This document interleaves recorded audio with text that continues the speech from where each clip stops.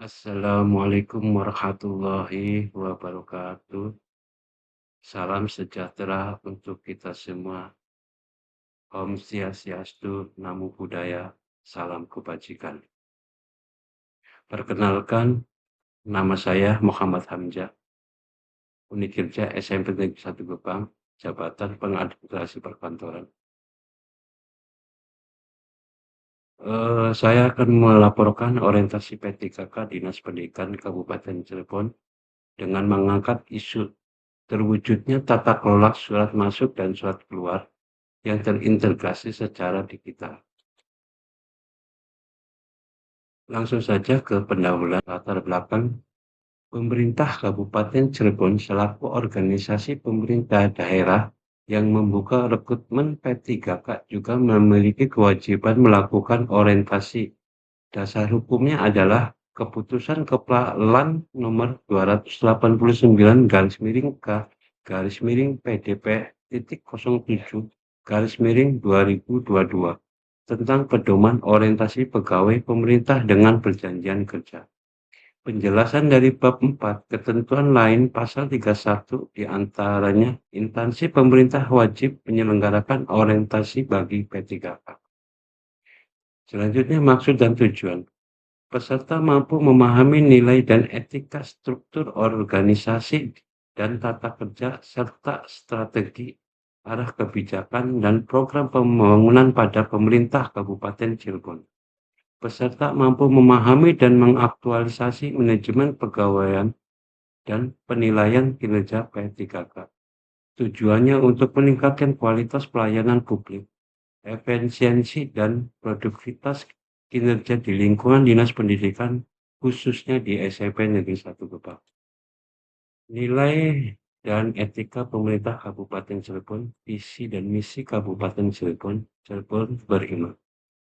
Visi pembangunan Kabupaten Cirebon untuk periode 2025 sampai 2029 adalah terwujudnya masyarakat Kabupaten Cirebon 1. Bersih, tata kelola pemerintah yang melayani akuntabel dan profesional, good and planning government. 2. Inovatif, menciptakan ekosistem pemerintah dan masyarakat yang kreatif berbasis teknologi dan data. 3. Maju, masyarakat dengan kualitas hidup tinggi dan ekonomi kuat tanpa meninggalkan jati diri budaya lokal. 4. Agamis, masyarakat yang taat beribadah dan nilai spiritualitas yang menjunjung tinggi toleransi. 5. Aman, kondisi lingkungan yang asri, kondusif, dan tangguh terhadap risiko bencana. Manajemen kepegawaian dan nilai kinerja P3K sesuai ketentuan pada pasal 93 Undang-Undang Nomor 5 Tahun 2014, manajemen P3K terdiri dari 1. Penetapan kebutuhan, 2. Pengadaan, 3. Penilaian kinerja, 4. Penggajian dan tunjangan, 5. Pengembangan kompetensi, 6. Pemberian penghargaan, 7. Disiplin, 8. Pemutusan hubungan perjanjian kerja, 9. Pelindungan, 10. Hak P3K. Penilaian kinerja P3K diantaranya 1. Melihat gambaran keseluruhan organisasi sesuai Lenstra, instansi atau unit kerja dan perjanjian kerja. 2. Menyusun dan menetapkan sasaran kinerja, rencana hasil kerja dan perilaku kerja pegawai JPT atau pimpinan unit kerja mandiri modal kuantitatif dan kualitatif. 3. Menyusun manual IKU bagi JPT dan pimpinan unit kerja mandiri. 4. Menyusun strategi pencapaian hasil kerja. 5. Membagi peran pegawai berdasarkan strategi pencapaian hasil kerja atau MPPH. 6. Menetapkan jenis rencana hasil kerja JA dan JP berdasarkan prioritas. 7. Penetapan klarifikasi ekspektasi hasil kerja dan perilaku kerja JA dan JV. 8. Menyepakati sumber daya segma pertanggungjawaban konsekuensi pencapaian kerja.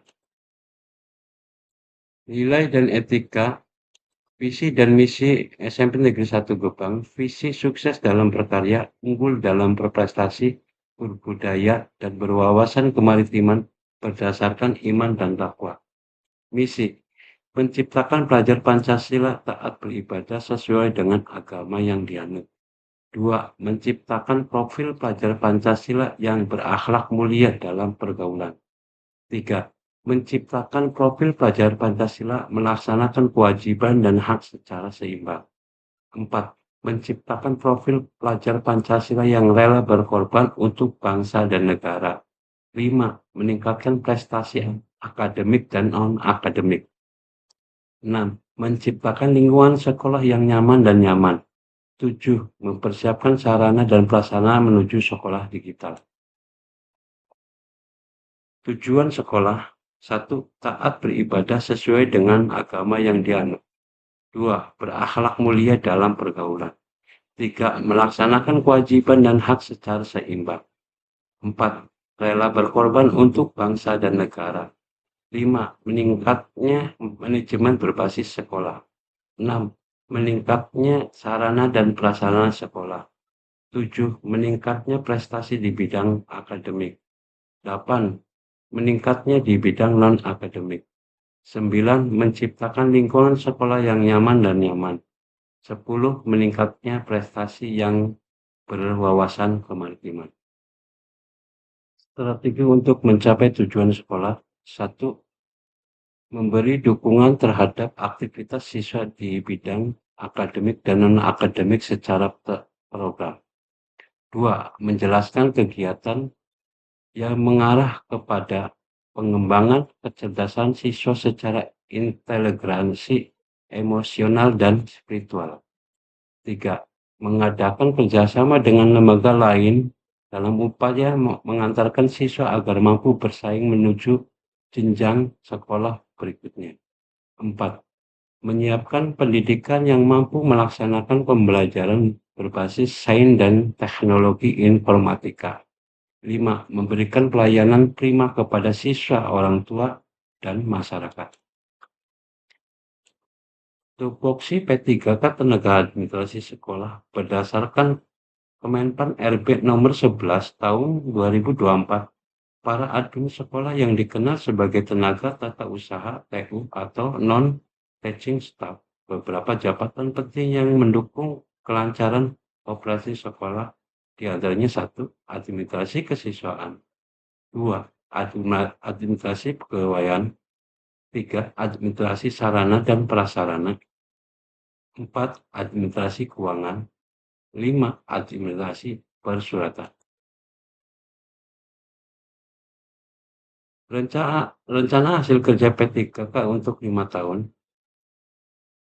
1. Analisis kebutuhan dan perencanaan sistem administrasi persuratan digital. Tujuan kerjanya mengidentifikasi alur birokrasi dan spesifikasi sistem yang dibutuhkan. Indikator pencapaiannya terintegrasinya dokumen analisis alur kerja dengan rencana sistem digital. Waktu perolehannya tahun pertama.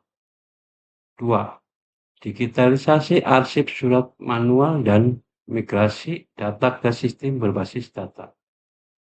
Tujuan kerjanya mengalihkan dokumen fisik ke format digital untuk memudahkan akses.